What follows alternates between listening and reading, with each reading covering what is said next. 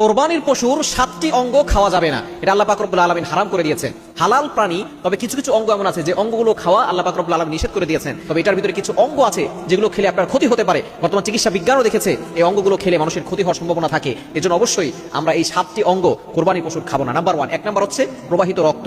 যেই রক্তটা পশু জবাই করার পর বের হয়, রক্ত কিন্তু এটা নাপাক এবং রক্তের ভিতরে অনেক জীবাণু থাকে, অনেক ভাইরাস থাকে। আপনি যখন এটার ভিতরে রক্তটা যদি পান করেন অথবা রক্তটা যদি আপনি খেয়ে থাকেন, তাহলে অনেক ব্যাকটেরিয়া আপনার পেটের ভিতরে বাসা বাঁধতে পারে এবং বড় ধরনের রোগ আপনার হতে পারে। দেখুন 1500 বছর আগে নবী সাল্লাল্লাহু আলাইহি ওয়াসাল্লাম আমাদেরকে যে সুন্দর সিস্টেম জানিয়ে দিয়েছেন, আল্লাহ পাক রব্বুল আলামিনের বিধানের ভিতরে কল্যাণ রয়েছে। এটাই হচ্ছে বর্তমান বিজ্ঞান প্রমাণ করছে। 1 নাম্বার, আপনি প্রবাহিত রক্ত খাবেন না। নাম্বার 2, দ্বিতীয় নাম্বার হচ্ছে পিত্তথলি।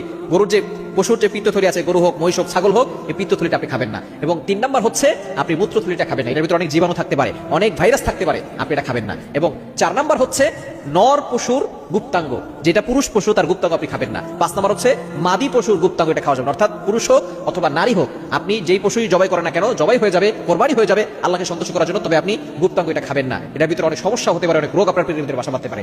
এবং 6 নাম্বার হচ্ছে অন্ডকোষ খাওয়া যাবে না। এবং 7 নাম্বার হচ্ছে জমাট বাঁধা যে মাংস গ্রন্থি আছে, এটা আপনি খাবেন না। এই 7টি অঙ্গ থেকে দূরে সরে আসবেন এবং হালাল প্রাণীর এই 7টি অঙ্গ খাবেন না। আপনি যেটা কল্যাণকর সেটাই খাবেন, দেখবেন আপনি সুস্থ থাকতে পারেন।